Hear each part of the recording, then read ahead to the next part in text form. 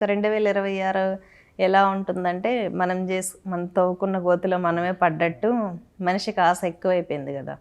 ఇప్పుడు food industry ఏమైంది? Pollute అయింది.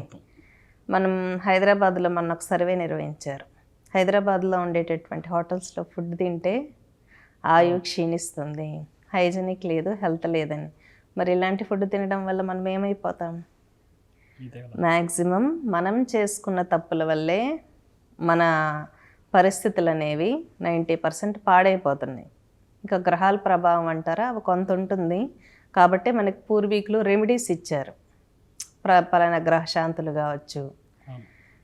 రెమెడీస్ అంటే ఏంటంటే, వర్షం పడుతున్నా కూడా గొడుగు అడ్డం పెట్టుకొని వెళ్తే ఎలా ఉంటుందో, రెమెడీ అనేది అలాగే ఉంటుంది.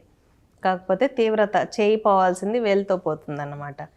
కాబట్టి ఏంటంటే రెమెడీస్ చేసుకోవడం మంచిది. గ్రహ ఫలాలు అనేది ఇప్పుడు ఏలినాటి శని జరిగే వాళ్ళు ఉంటారు. దుర్గాదేవి కంట్రోల్లో ఉంటుంది రాహుగ్రహము. శనిగ్రహం వచ్చి కాలభైరవుడ కాళీ కంట్రోల్లో ఉంటారు.